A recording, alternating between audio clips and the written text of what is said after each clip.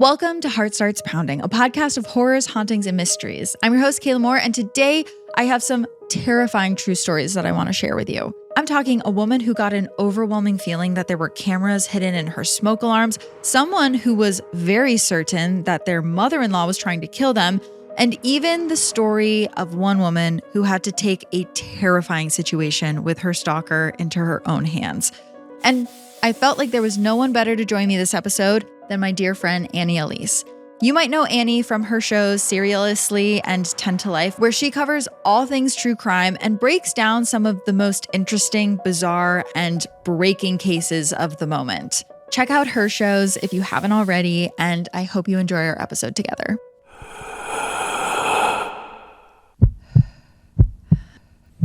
It's when your heart starts pounding. Annie, welcome to Heart Starts Pounding. Hi, thanks for having me. So happy to have you on. This episode that I have planned for you is going to be a little bit of a doozy. I'm excited. I wanted to pick stories, especially for you and the stuff that you cover.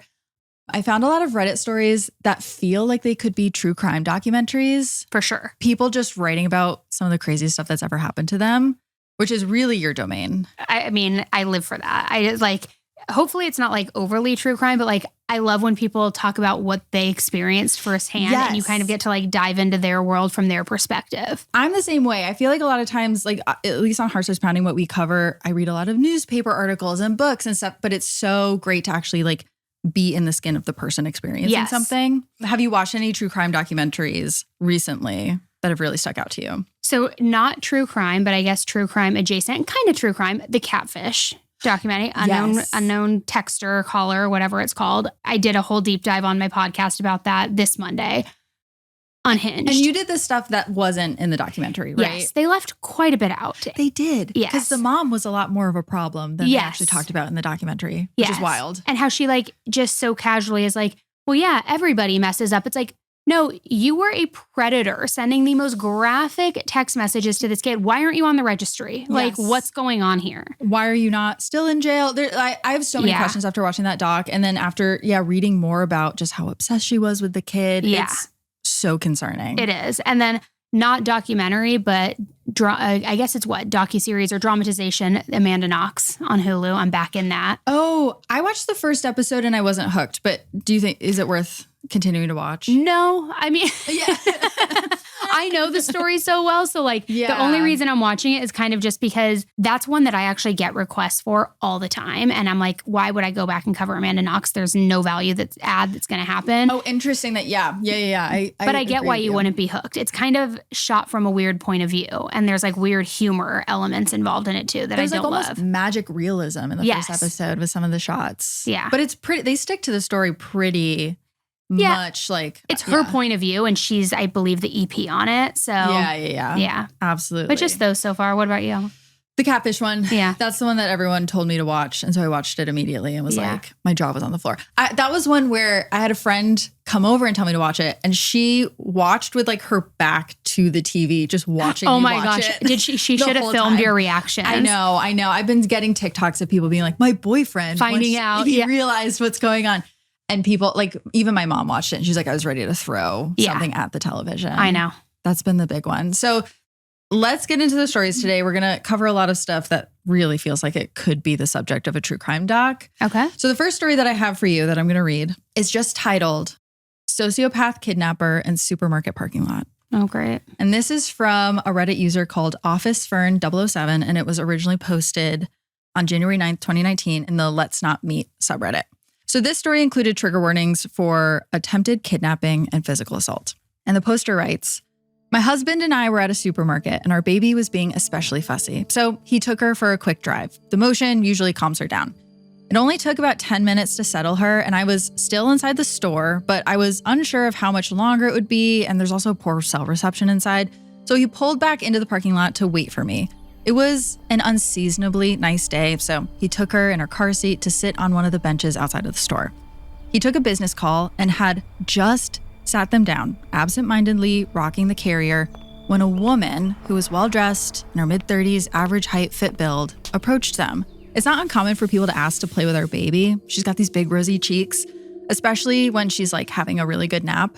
But her nap schedule is really important to us. So my husband was preparing to tell the woman that she actually couldn't play with our baby right there and then. But this woman walked over right in their direction, brimming with this nonchalant confidence. And before he could even finish his sentence explaining that she was napping and not to be touched, this woman picked up the carrier and just started walking off. What? He was in shock for a moment, not fully believing someone would be ballsy enough to do something so sinister in plain daylight. So he said, "Excuse me," put her down in a really panicked voice.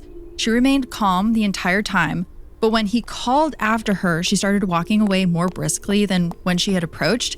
He ran full speed ahead to try to grapple the carrier out of her hands, finally resulting in him restraining her arms. And the woman starts yelling, "Help, he's trying to take my baby. Kidnapping, 911, help." She starts kicking him in the shin, pulling a pink bottle of pepper spray out of her handbag. Of course, no one in the parking lot had seen their earlier interaction, so they assumed he was really a kidnapper. I mean, think about it, a lone man in a Deadpool t-shirt versus this tiny, well-dressed woman.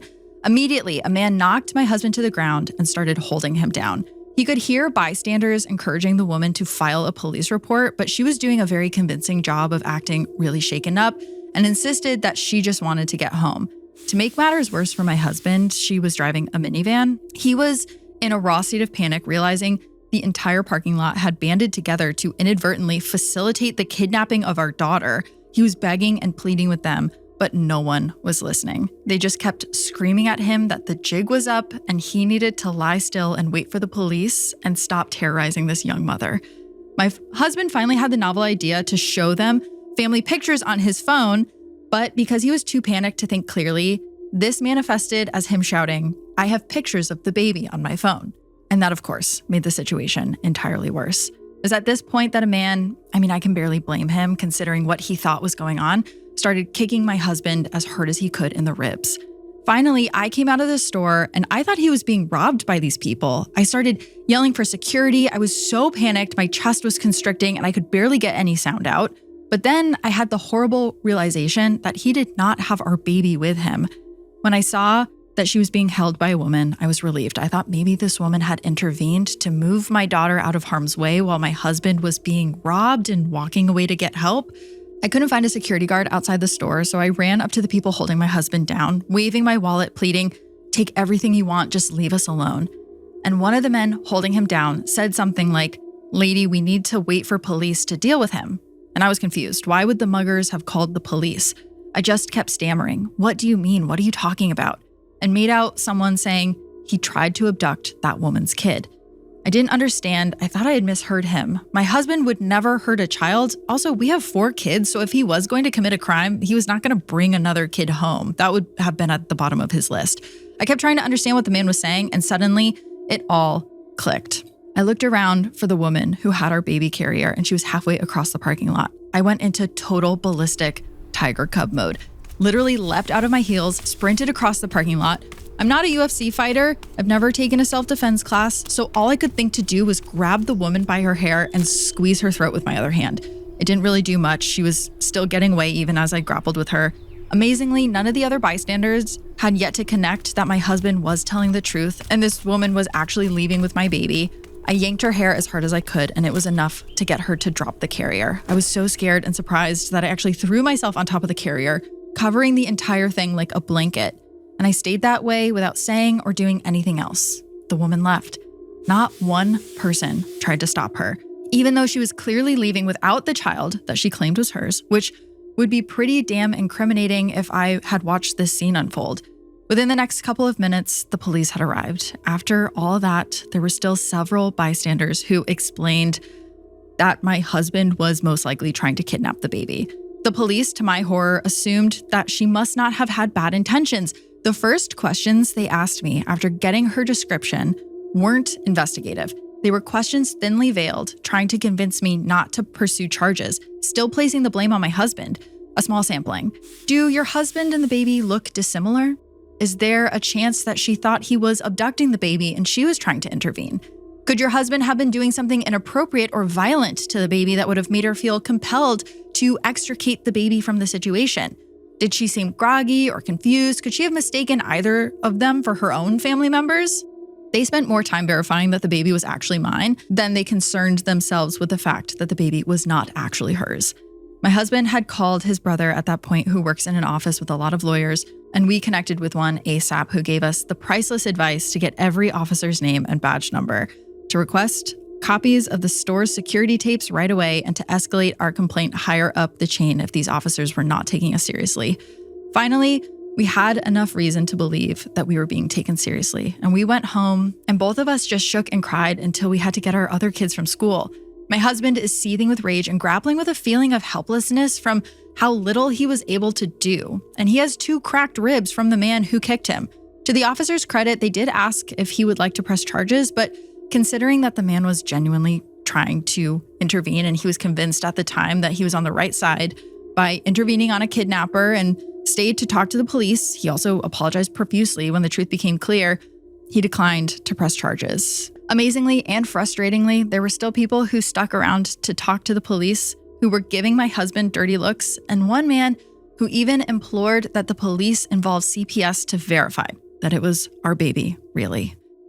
So someone actually commented on this thread and they said that something very similar actually had happened to them. They said, "Someone sent me your post because it was so similar. I'm so sorry that you went through this nightmare. Congratulations on you guys for remaining so calm and acting so decisively."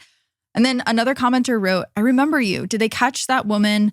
And did they press charges against the man who broke your husband's rib?" And the original poster said that they had a suspect they wanted to bring in for questioning, but so far have been unable to find her. They're fairly certain they know who it is and that this person is afflicted with a pretty severe mental illness. If or when she comes into contact with the police again, they're supposed to send her back here for questioning. I take comfort in at least knowing that it most likely wasn't a sex trafficking thing. We ultimately did not end up pressing charges against any of the men. We just wanted to put the whole thing behind us, but thank you for asking. And that's the whole story.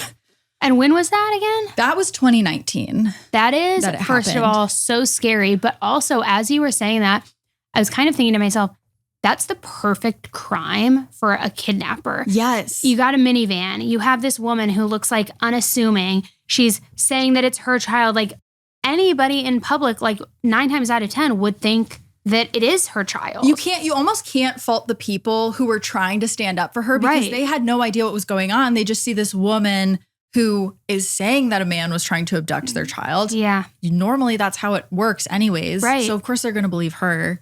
But it makes sense that you say that mental health was at play because it seems as though she possibly, I mean, anybody could say it whether or not it's true or not. But when she was saying he's trying to take my baby, maybe she really did have that illness where she thought that this was her child or something like that. Oh, yeah. Like she was having some sort of delusion that this was actually her baby and she was doing the right thing. Yeah. I mean, it's interesting. They make a note at the end that this wasn't some sort of trafficking endeavor. It didn't seem like it was a big organized crime, which would always be my fear, that there's some very specific reason why you're taking the child. This was maybe just a woman that was having a crisis, but still unnerving. Still so unnerving. I feel like I hear stories, not all the time, but like cases where someone will steal someone's baby from the hospital. Yes. Or there was just actually this year a cold case. It was like one of the longest ever missing person cases where they found the person alive. But it was a man who was kidnapped as a baby from a hospital by just a stranger woman who then flew him to the East Coast and they found him at like 80 years old. They were able to identify him. I've heard about this. Yeah. I think I may have covered this in headline highlights and they did some sort of like genealogy testing or something to track it, right? Yes. Yeah. Wild that they can still find people after all that time. I know. And like at that point, it's like you're at the end of your life and you realize your whole life was a lie. How do you even grapple with that and like try to, I don't know, come to terms with that? I don't know. I mean, my family has definitely gone through like 23andMe testing where you realize things are weird. I've done that. You realize, I didn't think anyone in our family was Italian. And I'm 50% Italian. What's going on there? Yeah. Yeah. A lot of secrets are coming out for a lot of families. Yeah. Which is crazy.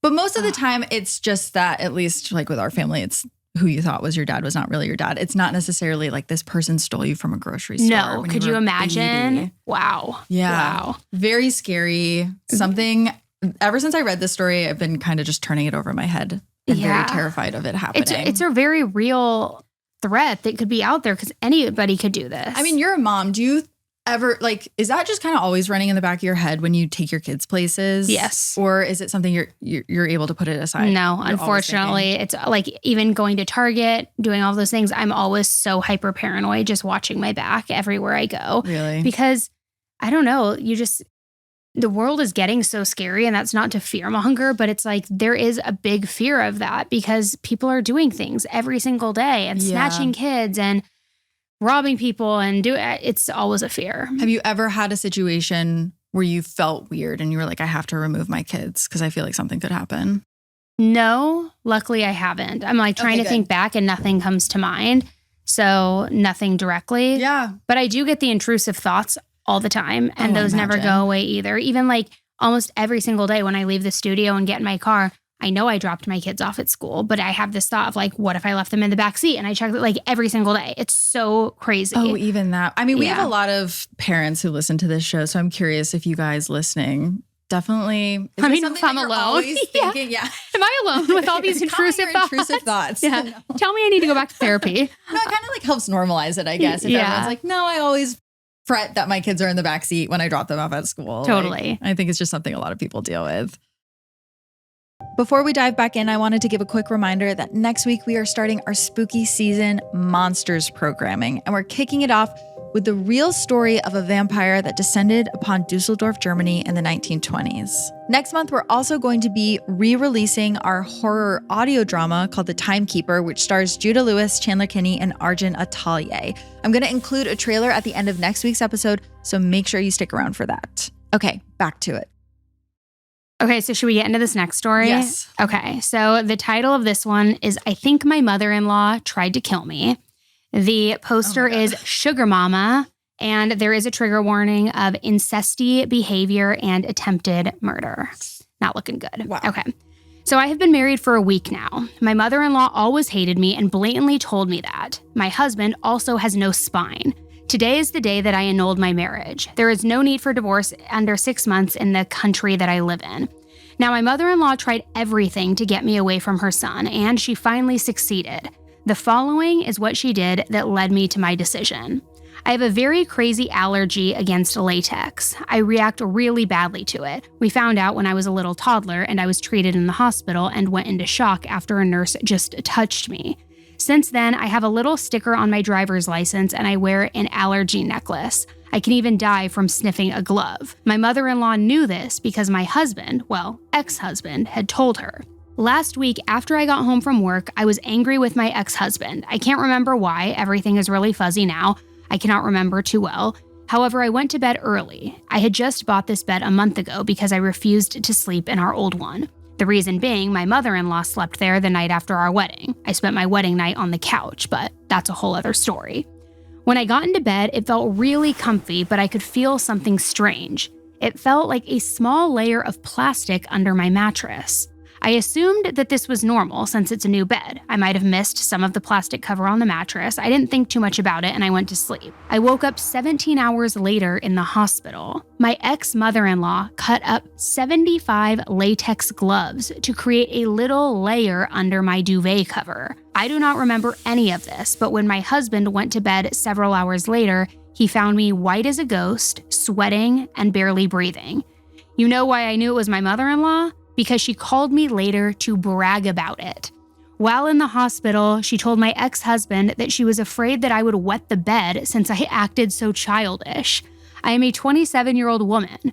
My ex-husband, instead of going full no contact, said that he was sorry about my behavior. He was sorry. I was in the hospital for a week. My ex-husband only visited me once, and that was to make me apologize to his mother, which I did not. I asked for security and told everyone he was not allowed to be back in my room. I don't know what happened. I don't. He was never like this. We had been together for 5 years. It's like I married a man that I had never met before. I'm still shaking with anger and disappointment, and I'm pissed at myself. How could I have married a man like this? How could I still love him after everything that he has done to me? Thank you for reading. Now, a comment, first of all, that's a lot to take in. Like, that is a ride. Yeah, that is a crazy ass mother-in-law Holy story. Smoke. So a commenter said, please tell me that she has been arrested. And the original poster says, I pressed charges, arrest is still pending.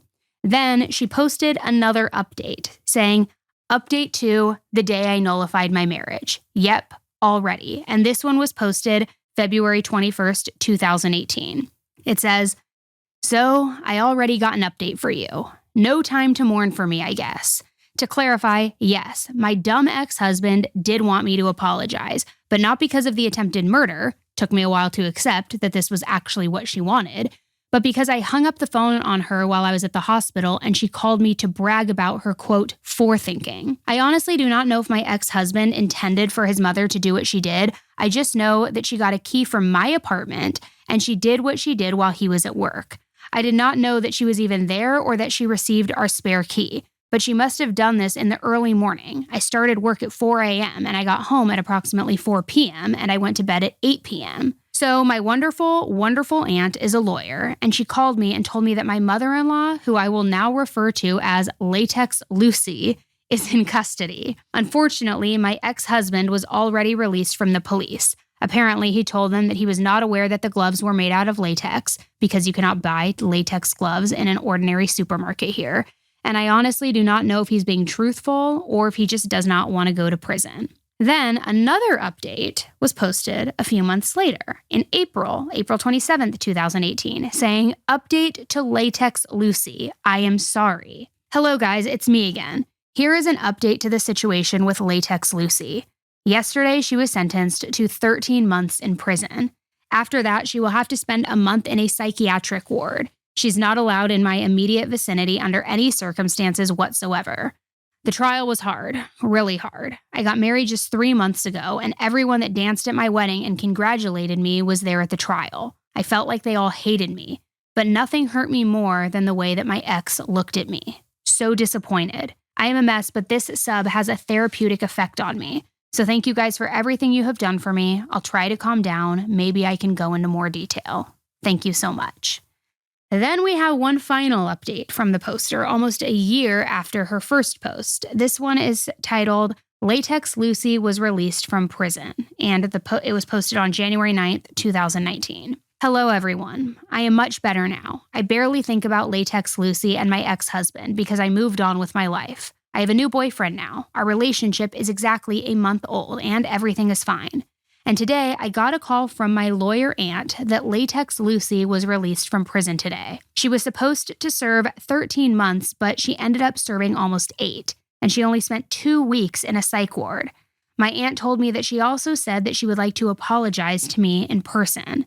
I laughed. Guys, I couldn't stop. I literally laughed out loud, and I was not physically able to stop it. And after I calmed down, I said, no, very loudly. And my aunt told me that she thought that would be my reaction. She said she just wanted to ask me first. I live very, very far from where I used to live, and I haven't talked to my ex since the day I saw him at the trial. But I'm still scared. I'm scared that this woman will somehow find me. I'm just glad I'm not alone. Hope you guys are okay. Stay safe. Wow. It kind of reminds me of that mushroom poisoning case. Yes. She killed her husband's family, correct? Yes. Yeah. And her husband was supposed to be there. Yeah. Yes. I mean, it's really wild. I've heard a lot of mother-in-law horror stories. And I mean, look at the Adelson case. I don't know if you've been following that with Donna Adelson in Florida. It's Tallahassee. I'm not as familiar with that one. Someone just sent me an article. It's like this whole murder for hire plot. And basically her daughter, Wendy, her ex-husband, Dan Markell, they had like this horrible custody dispute. And the mother-in-law is the matriarch of this family and enlisted the brother's ex-girlfriend, all of these people in this like conspiracy murder plot against Dan Markell. 5 people now have been convicted, and everybody thinks Wendy, the daughter, the ex-wife, is about to be charged next. She hasn't been charged. Oh my gosh. But it's like, I've heard of mother-in-law stories. Yeah. This kind of is next level, to be so calculated that you snip up 27 latex gloves and like put them under the duvet. True. Yeah. Like the amount of, and especially because there was that note that they said of you can't just buy them in grocery stores. I don't know if they're in the UK or where they were posting from, but yeah, you just can't get it in a grocery store. So like this person had to hunt down medical grade latex gloves. Yes. Snip them all up and put them.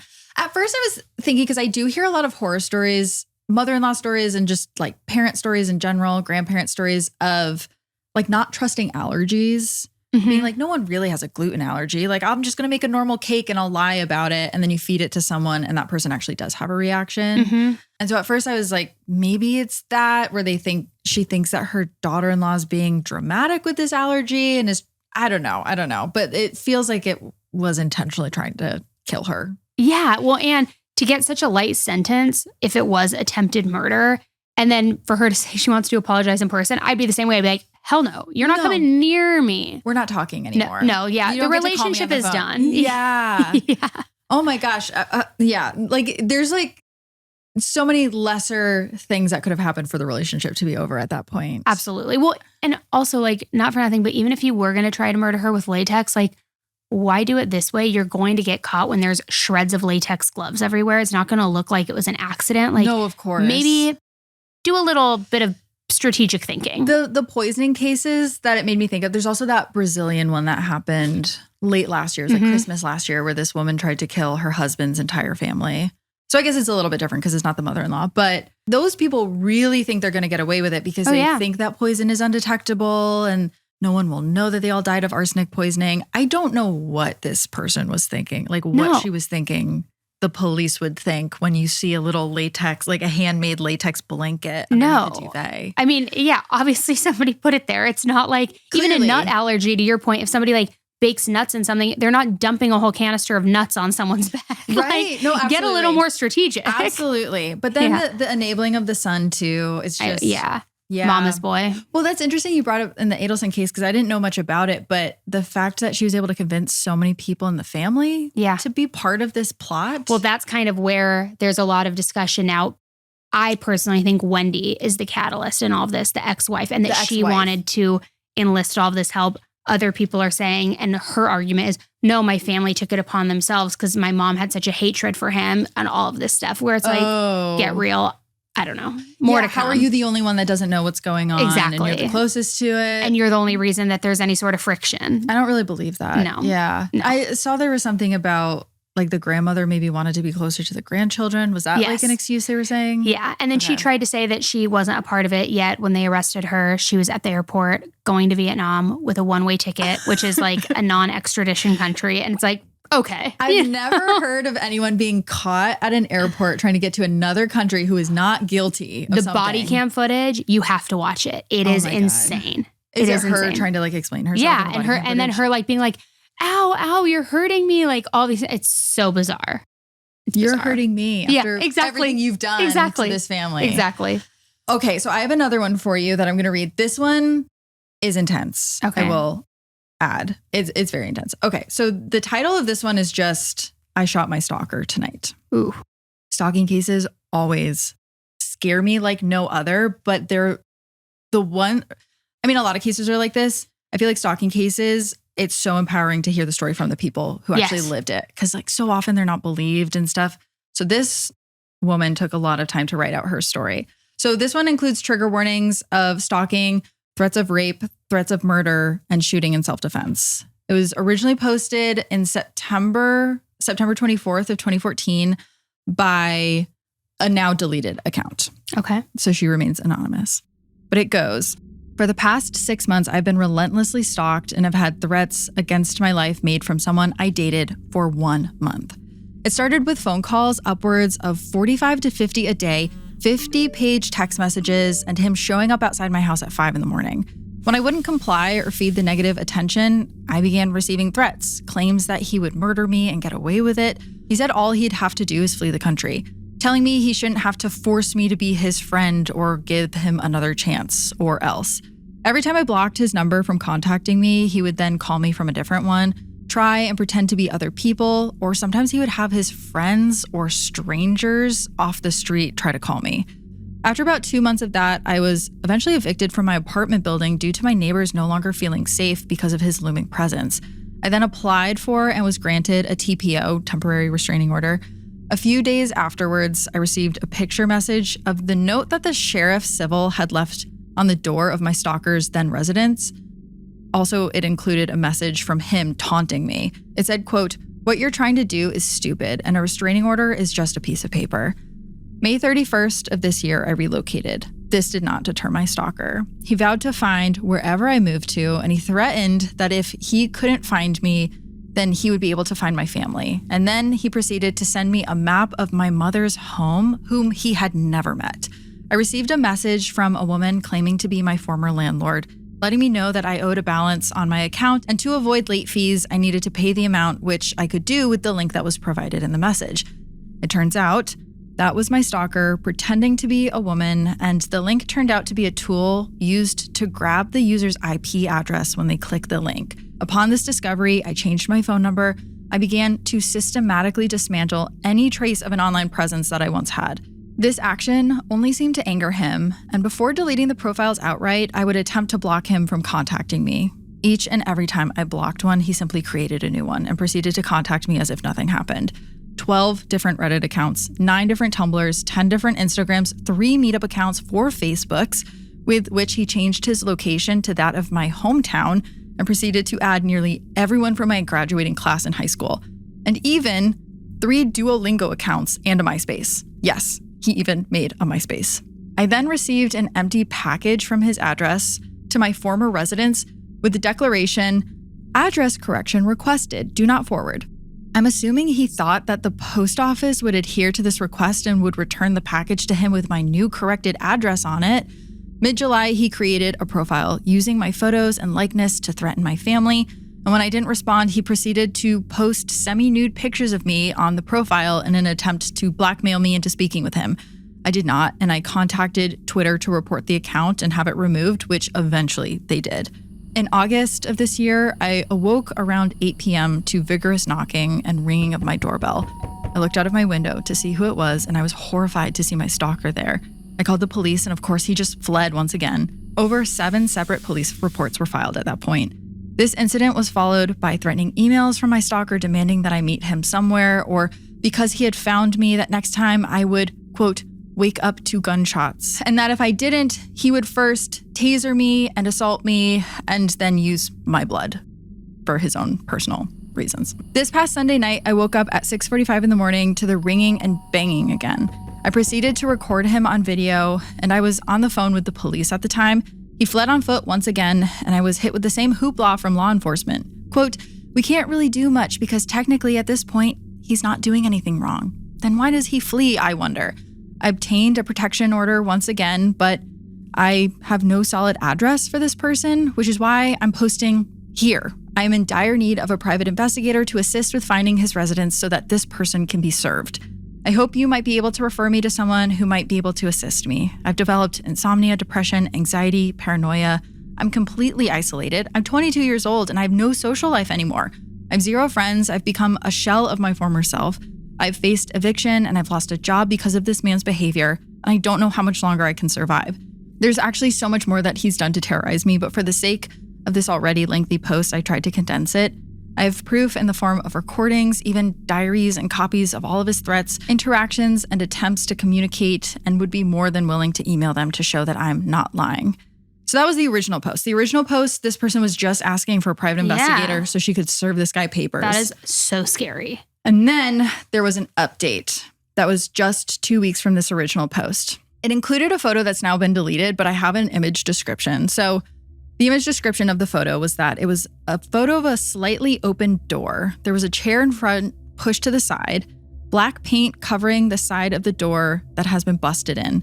Arrows that are most likely from a crime scene unit are stuck to the door, pointing to individual spots. And her update goes, "I'm writing this, staring at the mess the police left for me. I'm in a bit of a fog. After 6 months of stalking and threats against my life, the stalker finally snapped and decided to kick my door in and make good on his promise. Out of fear this past month, I had begun sleeping with a chair propped against my front door just to give myself a few precious extra seconds in case of an emergency.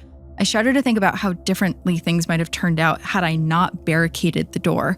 I woke around 1:15 in the morning to the sound of the door giving way after one kick, followed by the sounds of my stalker struggling to dislodge the chair while forcing his way inside. I jumped up and grabbed the gun I've been learning to do everything with, even shower with. I stood at the top of my stairs and I fired twice. I hit him in the chest. I've never been so afraid in my life. I don't know if he's alive, but I do know that the police have him, and that is what helps me the most. For months of him evading the police, I began to question whether he was unstoppable, untraceable, like Houdini. He could just murder me and get away with it. As of now, I'm in a haze of guilt, surprise, and relief and disbelief. I shook as the canines dragged him out from his hiding place under a bush. I survived where so many people did not. And what's kind of crazy about this story is, I'm going to show you this. She actually included an article. Oh, wow. Well, yeah, like the first thing that pops up is, woman shoots stalker after he kicks in her door. I stood up for myself. So there's actual articles reporting on this happening, and they even use quotes from her posts. So one of the articles reads, a woman shot her stalker after he kicked in her back door. She had been living in fear, showering with a gun, and propping a chair up against her door for just this sort of situation. Her post to Reddit helped make the story go viral. Police say former boyfriend Douglas Eugene Jackson, 22 years old, kicked in her door at around 1 a.m. last Friday. KVVU-TV reports that Jackson left the scene and tried to hide in some bushes. Police dogs quickly found the stalker. He was treated for his injuries at University Medical Center of Southern Nevada. Jackson now faces charges of home invasion and aggravated stalking. The victim, who does not wish to be identified, has saved many threatening texts and social media posts from her stalker. She says he forced her to move, obtain a restraining order, and acquire a license to carry a concealed weapon. And what's even more wild, I just have like one little more section about this, is there's actually an update on this case in 2020. So that's 6 years after the article was published. Okay.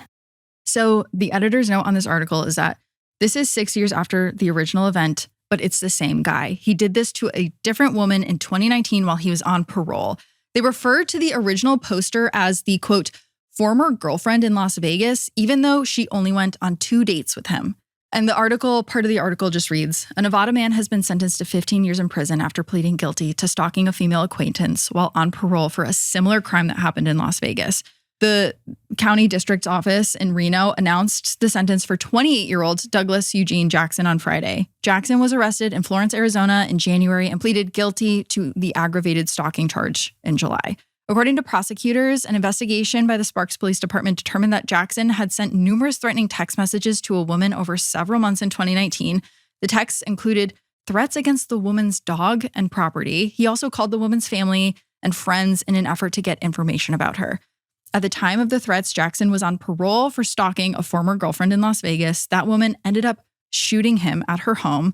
And there's an editor's note about how it's about the first Reddit post. According to the district attorney's office, prosecutor Travis Lucia sought a maximum sentence because of the terrifying nature of Jackson's conduct, which came after only a month on parole for the previous crime. And I read that he had been sentenced to 15 years. I mean, that's great, but, and I don't know if this is like a hot take or not, but I wish that she would have shot 12 inches higher. Yeah. Like, this guy is it's not like so that's the only way scary. to stop him. Yeah. At that point, I mean, he did his next crime, what did they say, a month after he was on parole? Yeah, after he was released on parole. It's like this guy is a serial stalker and predator. And he's we've seen it in so many things, even true crime cases, where it's like, after a while, not only is it a pattern, but you start to escalate. You get more confident. You learn how to evade certain things. It's like, this guy was clearly getting scary. The escalation is something that's really scary. Because you're right. It is like someone who stalks, I feel like they really only do it one time. No. There's something in your brain that latches onto people, usually strangers or someone you've had like one interaction with. And you feel entitled to them and entitled to their attention. And the escalation part is the really, really the scariest thing, which I don't know what the sentencing for stalkers. I feel like every time I read a case about stalkers being sentenced, it's like 9 months for bad behavior. Literally, it's nothing. Here, let's look back at that catfish one that we were talking about. That's what she was like charged and convicted of, was stalking. She's already out on parole. And not only is she already out on parole, her parole is done the first of the year in 2026. And she's not on the registry. She has no one to check in with. She's just done. So she's allowed to just contact everyone who is involved in the case again. It's crazy. Wow. I know. How long was she actually? I remember her sentencing was not long at all, but she ended up being in for like a month or something like pathetic. Yeah. I feel like she ended up going in for a little bit longer than a few months. I'd have to get the exact thing. Yeah. I don't want to quote it, but not long enough. Certainly not long enough. And there should have been, in my opinion, a lot of other things attached to that sentence. Part of it's got to be because she's a woman and also a mom. And so people think that she's not really dangerous, even though she clearly is. What would have happened if her daughter committed suicide? Like she told her to do every single day. Yeah, exactly. What would have happened? Yeah. It's just kind of like the Michelle Carter case, if you're familiar with that. Yeah, of course. It's like, oh my God. It doesn't matter if it wasn't your intention for real to drive them to that, which I think it was for Michelle Carter, but it's like there should be heavier repercussions for the content that you're sending, the types of messages and things you're trying to entice. I totally agree. I'm from Connecticut, and we had one of the first ever cases of this thing happening on the internet. And this is the story I colloquially tell to people, so I will have to fact check the whole thing. But the reason I was never allowed to get a MySpace was because there was a case in Connecticut where this one woman's daughter was getting bullied at school. So the mom made a fake MySpace of a boy and friended the bully on MySpace and started talking to her and developed a relationship with her, a sexually explicit relationship. Bully the bully. Online, bullied the bully, broke up with the bully as pretending to be this boy, and the bully took her own life. Oh. She really did do the thing that like the mom in the documentary was trying to get her daughter to do. And this was probably, I mean, it must have been 2006. It was so early in internet days and social media. And so the state of Connecticut was like, listen, you can't be responsible for someone else's suicide if you were just talking to them online. Yeah. And they set the precedent that it is not your fault, which is, I mean, we see that play out in the Michelle Carter case too, that like, are you really culpable for someone else's actions? Well, yeah, if you're bullying them that hard and driving them to that place. It's psychological warfare. You're like inciting them to do these horrific things. Like it's a different kind of weapon. It's a digital weapon. Yeah. Which I thought that was so interesting. I mean, they touch on it in the documentary too, but like the digital Munchausen's of it as well. That like, I don't know, we're seeing these mental illnesses too that are so tethered to the internet. Yeah. It's scary. It's very scary. It's really scary. I mean, obviously it's sad how little time he was put away for the first time that he committed this crime.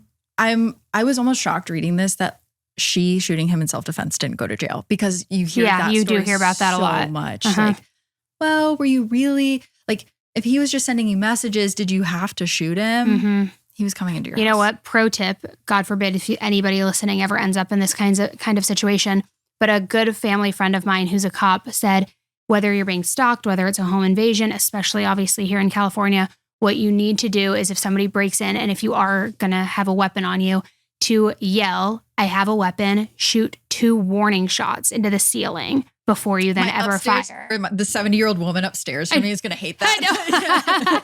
I know. Because then that way they'll be like, okay, you tried to warn them. You didn't just fire. They still pursued you. I don't know what loopholes there still could be, but like, yeah. My husband had told me about this. Maybe you would be interested in this because he asked me if I wanted to do it. But apparently like up way far in the valley in LA, there's this house. I think it's just run by these people, but they run a simulation of home invasions. Oh, my husband does those. They have one down here in Orange County. Do they really? Yes. So you're in your house and they're like, there's a weapon somewhere in here that you would normally put it. And then they have these people pretend to break in the house, and you have to do what you would normally do. And if you break the law, they like stop you and they're like, actually, I know you shot the intruder, but like you weren't allowed to do it in that situation. Yeah. So yeah, my husband's like, would you want to do that? And I'm like, I don't know. So my husband and my brother have been doing things like that down here where it's like, it also simulates like if somebody's trying to rob you or like carjack you and all of these things, like what are you allowed to do? Oh my gosh. Which like how crazy that we have to take these kinds of classes. Like can't we just go back to taking like cooking classes? I know. I remember taking self-defense in college where they're like, step out and back and you'll be able to get away. And I'm like, it feels like way more complicated than that. Way more I don't complicated. think that's going to save me. But like your husband likes taking those classes. Does he feel very prepared now? Or yeah, but like annoyingly so. Or he like, it's just like, get off your high horse. Like, but also I'm glad that you'll protect me. Oh my God. Maybe we'll have to do like a true crime field trip to one of those houses once and run the simulations and see like what we do. But it's just, I mean, it's a crazy time. I'm so glad that this girl was so prepared. Same. Went about it the right way. It could have ended so differently. I know. And she's safe. And like, this guy is in jail at least for 15 years. I'm sure they will find a reason to get him out early, but it's scary. It's really scary out there. Speaking of scary, this one, the title is My Landlord Watching Me? I already hate it. I know. And the poster is Sleepy and Worried. And the original post was from March 16th, 2021. Hello, I am new to Reddit, and after debating for a bit, I decided to make this account to maybe get some input of what to do. English is my second language, so I apologize for any typos. I am a 26-year-old female living alone for the first time. My landlord has always felt a bit off to me. He is a man in his late 40s and has never held back from commenting about the way that I look, etc. When I moved in, he was very clear about me not touching the 2 fire alarms in my bedroom and in my hallway. He justified it by saying that they were directly connected with the fire department, and if I would try to do anything to them, I would cause an alarm. The alarm in my bedroom has always made me feel weird. It makes a lot of noises, especially at night, almost sounding like a remote-controlled car, and sometimes making a very muffled beeping sound. I brought it up to him once, and he said it was nothing, and if it caused more problems, I should call him. But other things kept happening, and more it felt like something was off, though at the same time, people kept telling me I was overthinking things and scared since it was my first time living alone. The first thing that felt off to me was as I was renovating to move in. I grabbed a wrong shade of the color I wanted for my bedroom, and it ended up looking a bit too bright on the wall I tested it on. A few days later, he snapped at me about how horrible the pink was I was using in my bedroom, and he asked if I was crazy. I had not let him inside my place, so I was very confused, but kind of brushed it off, like maybe I had walked around in paint-covered clothing. But things got weirder after that. During January last year, I spent a day at my parents' house, and when I came back, something felt off. I couldn't pinpoint it, and no one was inside my apartment, but I realized after walking into my bedroom a second time, one of the drawers under my bed was pulled out, and I don't remember ever touching it. Again, I brushed it off, mainly because my parents told me I probably just forgot and kind of ended up feeling ashamed for ever bringing it up. Months later, during the summer, I took part in a gaming night on a friend's Discord server, and when I hate Discord, okay. And when I finally hopped off to go to bed at 4 a.m., I came into my bedroom to see my underwear drawers were open. I panicked and called my mom because she lives close by, and I wasn't sure if someone was still in the apartment. After that, I installed a door chain and got an alarm for the time I spent at home. I suspected my landlord had a second key and now probably wasn't able to get inside anymore. But that didn't cover the time when I was not home. Sometimes when I come back, furniture in my bedroom is slightly moved, but at this point, my family keeps telling me I just forgot and I moved it, and now I am too ashamed to keep bringing it up. I know I sound insane, but is it possible to have cameras installed in the fire alarms? Could I call the fire department on their non-emergency number just asking if they can take a look at it because of the weird noises? I really just want my peaceful life back. Constantly knowing someone might have been in here in the past while I slept is really creeping me out and making me want to cry. Do you have any advice on what I should do? The next update came on March 17th, and it says, "Good morning and thank you to everyone giving their input and sending messages to me. I had a call with the fire department and they told me the alarm is not connected to them in any way, shape, or form, and that it is extremely fishy that the one tinkered with is the bedroom one. I also completely forgot I do have a storage room that has an alarm that looks identical to the one in the hallway. They told me to ask my friends and family if anyone knows a bit about electricity and have them come by to take it off and take a look inside. They said it's very likely some kind of foul play happened here. Disregarding the camera problem, there is still a fire alarm someone messed with, which they said was not okay.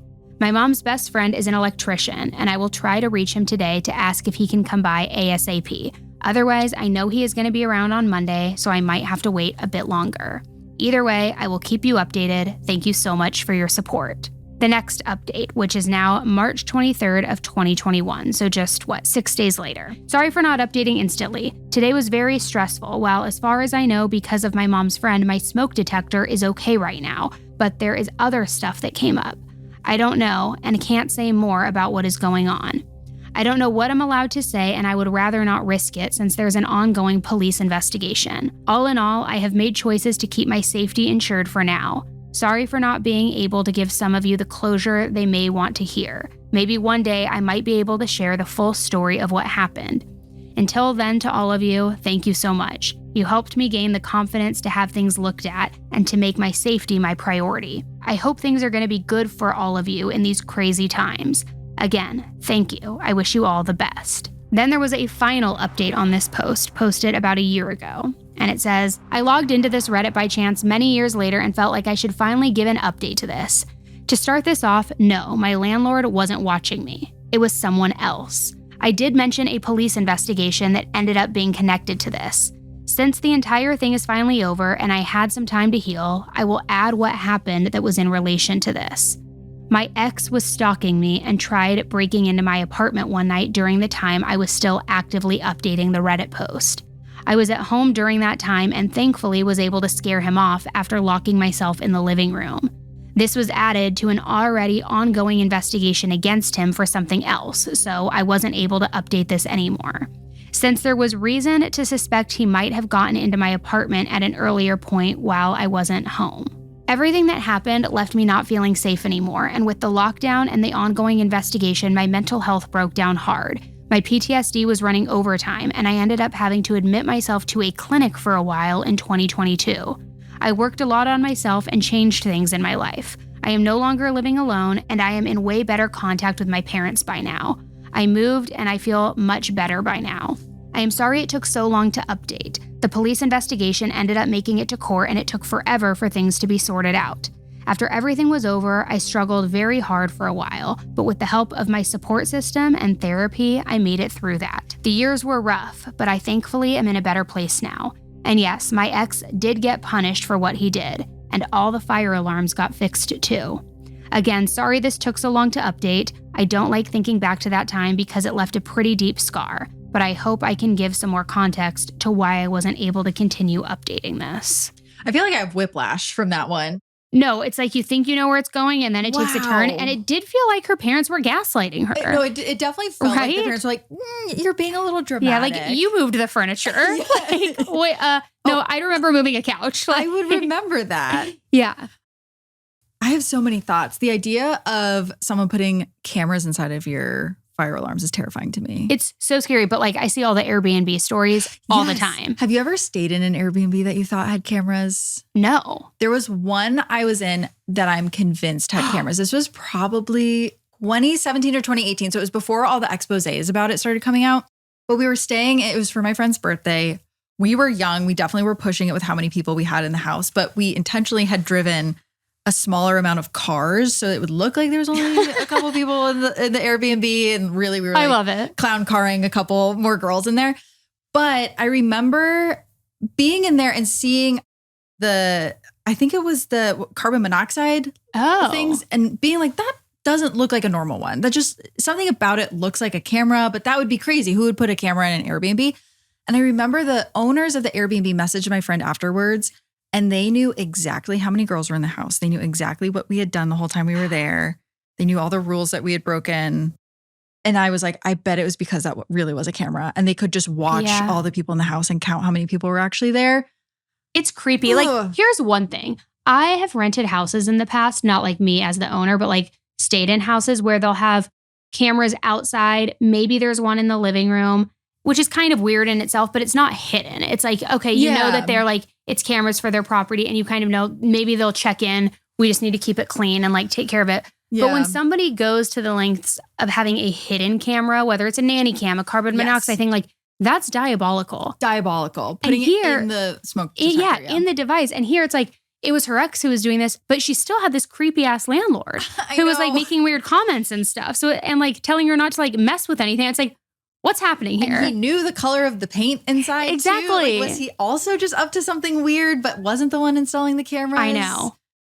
Ooh, that's so spooky. I just had a friend who went through a situation. It's different than this, but she was living with a roommate, and she always felt like the roommate was like standing outside of her door. What? She could hear the roommate's door open, the roommate walk out, but not move. And so to the point where it just felt like she was standing outside of her door. Like listening in? Yeah, like she was listening. And because my friend would like call her mom during the day, and she always felt like her roommate was listening in on these conversations. And then there was like an issue where my friend had a lock on her door, and she always felt like the lock was weird. So she contacted the landlord about the lock, and the landlord was like, we didn't put a lock on your door. Like it was the roommate who had put the lock on the door. So the roommate also had a key to the lock that was on her bedroom door. But the final straw, because it was a situation which I kind of feel for this poster, because even my friend was like, I think I'm crazy. I think that this person is surveilling me. Am I going into psychosis? Why am I having these thoughts? But she was in her living room and she was sweeping, and she noticed that the Alexa had moved to a position where it was just facing the living room. Like it could be observing people inside the living room. She went over and she was so curious. So she looked at the settings and it was on record. Oh my God. And it was her roommate's Alexa. So she was like, this woman is fully surveilling me. Were they like friends or just like stranger roommates? No, my friend just needed a place to live, moved in really fast, did not know this woman Not before. that makes it better, obviously, but that is so weird. But when it's just a stranger and you don't know their intentions, and there was a lot of other stuff. I mean, this one was just kind of bizarre in general, but then to find out that she's actually surveilling you and figuring out what you're doing. And it's such an invasion of privacy. It is. And like, it makes you kind of just like feel gross when you know somebody has been watching you. I remember, I forget what the exact situation was, but when I was younger in my 20s, must have been my roommate, I thought that they were coming into my room, I think to like take clothes or like do weird stuff like that. And I didn't have a lock on my door. And I put a water bottle, like when I would close my door to leave, I'd put an open water bottle on like behind it. So I would know when I would get home, I'd have to be like super careful to grab it so that if somebody opened it, it would knock over. There'd be a huge wet spot on the carpet. Yeah. And like, I would know, why are you going in my room, you know? Yeah. But this is like next level. Were they going into your room? Yes. I know. Was it people you knew? Was it friends? Yeah, it was friends. So it's like, it's still annoying, but like. But it's safe annoying. I guess it's safe annoying, but it's still like an invasion of privacy. Yeah. If it's your friend, they can just ask. Yeah. I mean, the thing. In all fairness, when I was younger, like when I was in high school and middle school, I went in my sister's room and I would steal her clothes all the time. So maybe this is just karma. No, it is karma for the amount of times that I've just gone in my siblings' room and been like, what are you doing? Yeah, exactly. But these are wild.